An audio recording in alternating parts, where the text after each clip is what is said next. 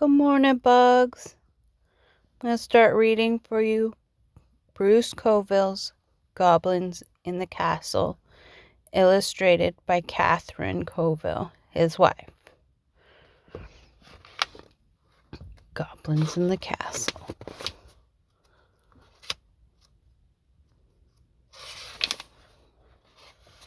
Discovery in the Dungeon. I was found on the drawbridge of Toad-in-a-Cage Castle on a cold December night. I was naked, they tell me, wrapped only in a blanket and tucked in a basket. If the Baron had not been out riding that night, he would not have seen me, and I would have been buried beneath the snow by morning. To the surprise of Hulda, his housekeeper, the Baron didn't send me away. Instead, he hired a nurse to come and take care of me. I liked Nurse, despite her unusual fondness for toads.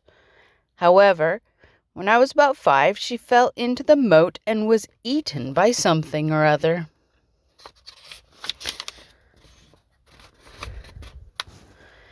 After I'd pretty much took care of myself, I had the run of the castle and could go anywhere I wanted, except the North Tower, which was always locked. Naturally, I wanted to know what was up there, but I learned early on not to ask about it. Questions upset people. Not that there were many people to upset. Only the Baron, Hulda, and Carl, the young man who tended the library. I liked Carl. He was very smart, and when he had time, he would give me lessons. However, this did not happen often because caring for the library was a big job. The Baron owned so many books, he had to knock out the walls between 7 rooms to hold them all. Most of what I knew about the outside world came from books Carl shared with me. The library itself was my favorite place in the castle. Its floor was covered by a thick, soft carpet, its walls made of dark wood. Mazes of tall, book-crammed shelves filled the interior. The windows, which curved out from the side of the building, were twice as tall as a man. The huge velvet curtains that covered them used to be red and were still soft and warm. On cold days, I liked to take a book and curl up on one of the sills, wrapping a curtain around me like a blanket. I would alternate between reading and staring out at the distant village, the forest, the mountains. I often wondered what it was like out there, beyond the castle walls that I had never left. From one of the windows, I could see the North Tower, which was shrouded in mist on even the sunniest of days. One rainy evening in October, Carl was repairing books.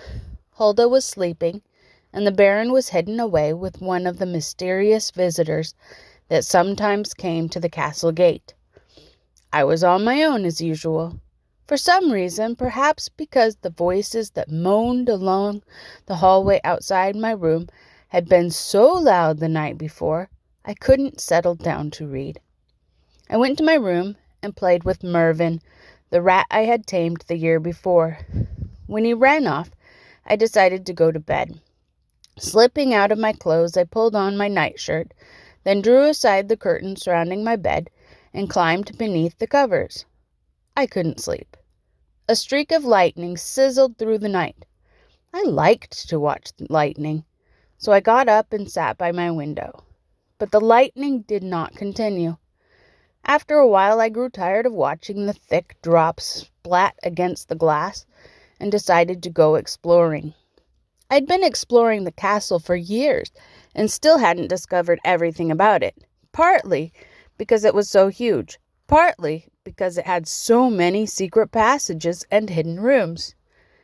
These were what I looked for when I explored.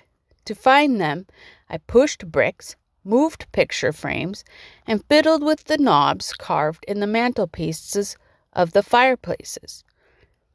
Lighting a candle, I went to my own fireplace, which was tall enough to stand in. I pushed a certain brick.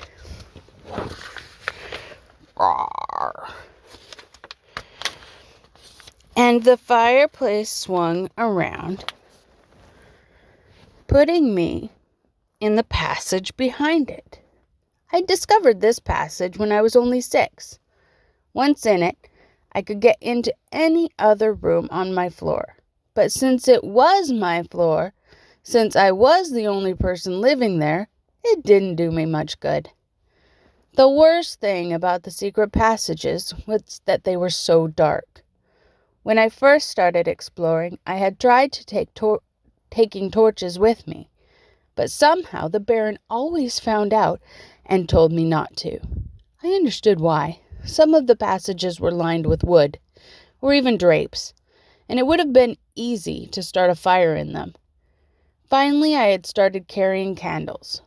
They didn't provide much light, but they were better than nothing, and the Baron never said anything about them. About 100 feet from my room, a hidden stairway led to some secret rooms in the east tower. Holding my candle before me, I made my way to the steps, then climbed 3 flights to a room dominated by a clock several feet taller than I am. I had seen this clock many times without ever looking at it, but on this day I felt a hunch about it. Opening the glass-paneled door, I put my hand inside the wood behind the counterweights. The wood behind the counterweights seemed solid. But when I climbed a chair and moved the hands of the clock to point straight up, as if it were midnight, I heard the familiar whisper of a sliding panel. The back of the clock had disappeared. I jumped off the chair. Squeezing my way through the clock's door, I found myself in a narrow passage. Keeping one hand against the smooth, cool stones of the wall, I moved slowly forward. Even with the candle, I didn't notice the stairway going down until I put my foot on a spot that wasn't there. The jolt knocked the breath out of me. Had I not been going slowly, I probably would have broken my neck falling down that stairwell, which stretched as far as I could see, no matter how high I lifted the candle. I began to count as I walked. 50 steps, 100 steps, 200 steps. By now I must be down among the wine cellars. 300 steps. I began to wish I had changed back into my clothes. The air was cool down here. I had to be far past the wine cellars now. All the way to the dungeons, I shivered. I had never been to the dungeons before.